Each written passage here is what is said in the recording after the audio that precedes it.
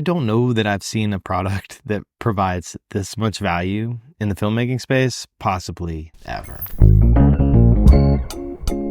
So I'm testing right now this Shimbal TP Mini.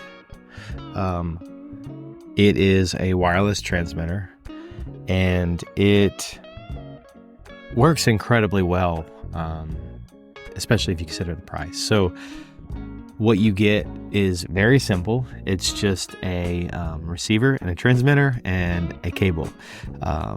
And that's just for plugging in the device, probably for firmware updates and stuff like that. There's not a lot of info out on these yet because they are brand new, and I don't even think they're available for purchase, at least at the time of recording this video. But something that you get with this wireless transmitter and receiver is really reliable and fairly low latency wireless transmission.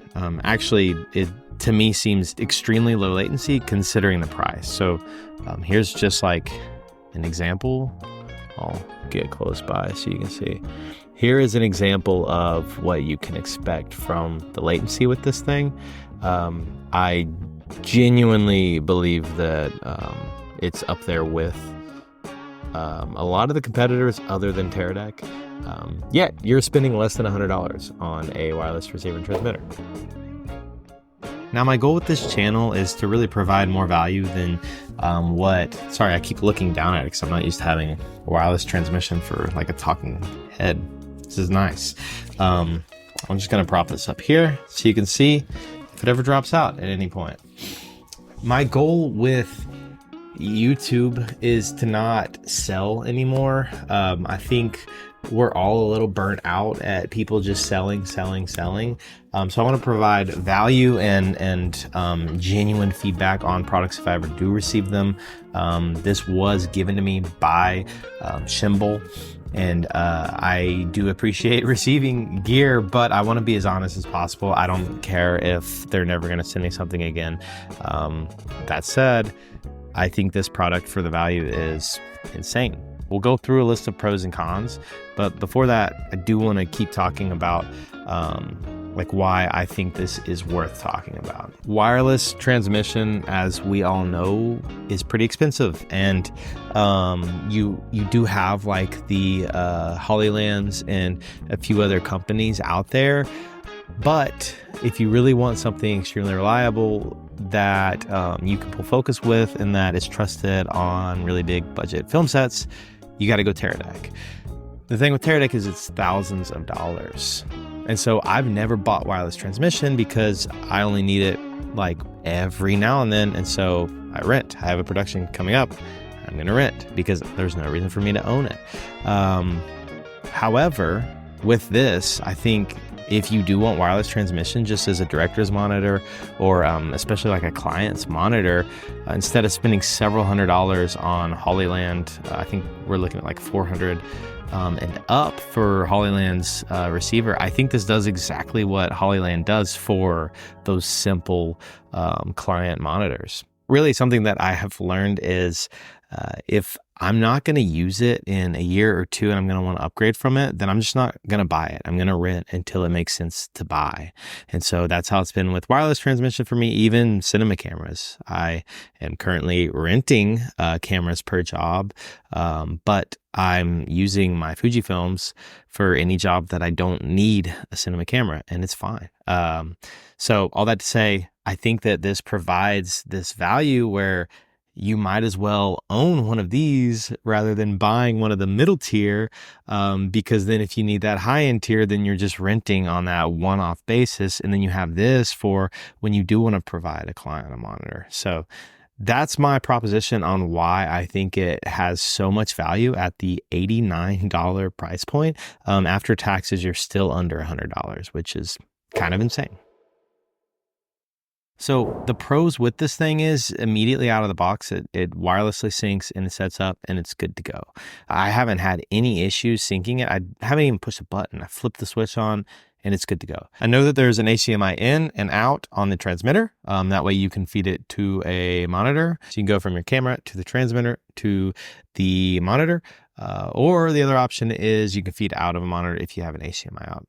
And then you have two HDMI outs on this guy here. And so if you wanted to feed two different monitors, I don't really know a ton of other benefits to having two HDMI outs on this other than feeding multiple monitors. One YouTuber mentioned that there's a loose port on the top of this, and I'm not experiencing that at all. So it seems to be fine. I have not experienced a single dropout either.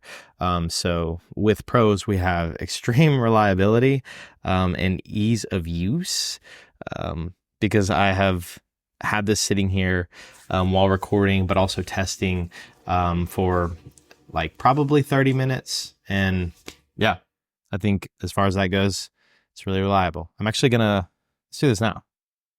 Okay, to test, we're gonna have just like a YouTube video going while I walk around and see. I'm currently behind a wall and then some, and I have just complete transmission, which I'm pretty shocked about, actually. I am now behind more than one wall. I'm behind 2 walls.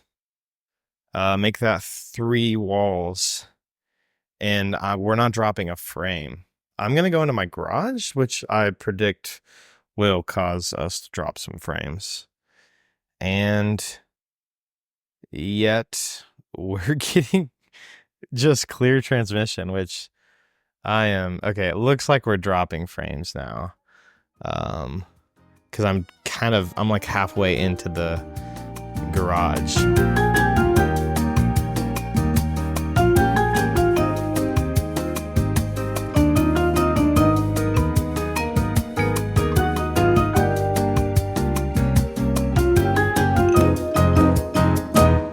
Okay, so we see the pros, obviously, price and value, reliability and ease of use. It doesn't get much easier than that. And using NPFs is obviously very nice. Luckily, it's not like some proprietary. And I would actually prefer using these small NPFs over something that has to charge internally because you don't have to wait for it to charge. It can actually be powered via USB-C as well. So really, to me, that's the best of both worlds, not having an internal battery. Now, if we are going to talk about cons, I don't have too much to say other than just the product itself, I don't think is the most appealing. I think it's a little flashy for my liking. I don't like anything that's very flashy, and so I don't love the design. I also think that the labeling is very clear.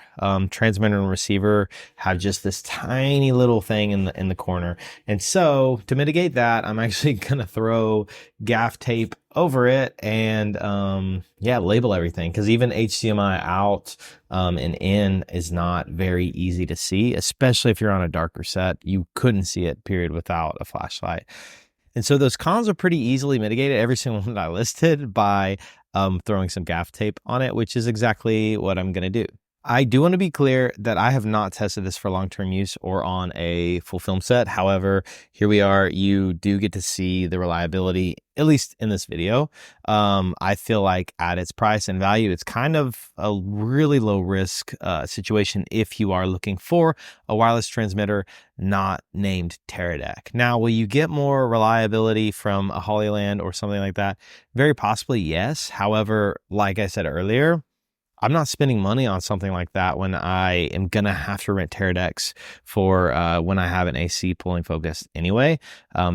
So this, and then rent when you need it. Like, that makes the most sense in my opinion. So I'm a big fan. I will have links in the description down below. Subscribe if you're into this stuff. Future content will be me kind of breaking down productions rather than just gear. I don't really want to talk about gear a lot anymore. That has gotten me more traction on YouTube. However, I just think that it's kind of an endless cycle of trying to get the best gear and following the YouTube trends of more gear is more better, when that's not really true. So do follow along for my journey in filmmaking and growing my production company. And we'll catch you guys in the next one. Thanks for watching.